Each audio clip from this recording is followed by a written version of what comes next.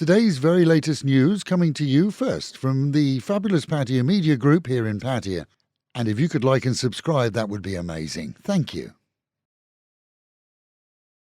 Return to sender is the message said to have been sent by Thailand's Privy Council, along with the documents sent to them by the current acting Prime Minister, who, in the last-ditch attempt to avoid losing power to his adversaries in Parliament, had bid them to accept his request to immediately dissolve Parliament.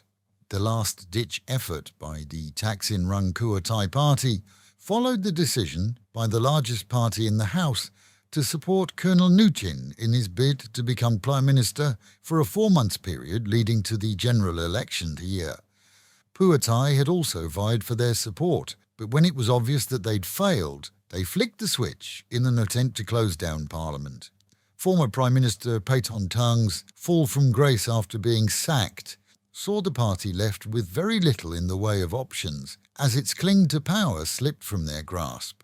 Despite several meetings involving Thaksin, amongst others, and lawyers, coming up with reasons why the bid to dissolve should be accepted, the Privy Council is said to have rejected it, as they act as the final filter before such documents reach His Majesty the King. Anutin's short-term tenancy is likely to be confirmed tomorrow, Friday, in a parliamentary vote due to be held, and would see him then have the weekend to form his own government and cabinet for the 4 months from now until the planned general election. Following changes in regulations regarding leadership appointments, this will be the first time that a Prime Minister is appointed without requiring the support or endorsement of the Senate, Thailand's second house. Previously, they had the final say, and that led to Pheu Thai gaining control years ago, despite not winning the last election. Going forward, the will of the people, we're told, will be the only decisive factor in choosing the next government by election. In Chiang Mai, continued storms saw more flooding in that region yesterday, resulting in damage to homes, businesses and vehicles. Locals were caught out by sudden flash floods, and in many cases didn't have time to take their possessions to higher ground or floors, as water levels rose in some cases to 1 metre deep. The Office of National Water Resources has been ordered to establish regional flood management centres in several northern and central provinces as river levels continue to rise.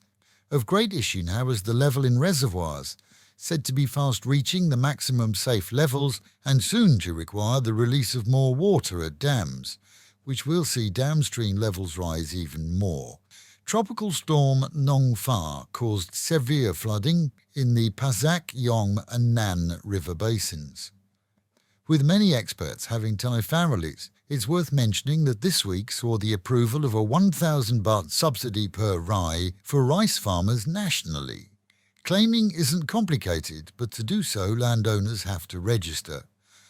A series of meetings in provinces have seen village headsmen, that's the Puyai Palm, shown how to register and claim, so that they can be the first port of call for farmers in their communities.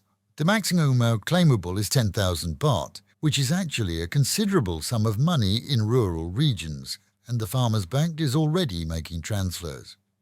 Meanwhile, at home and to the east of the city at a small reservoir, those practicing as rowers for the Southeastern Asia Games called police after the grim discovery of a cadaver in a suitcase found floating in the waters there. Police closed off the area as they removed the case, which had been weighed down with dumbbells in an attempt to stop it floating.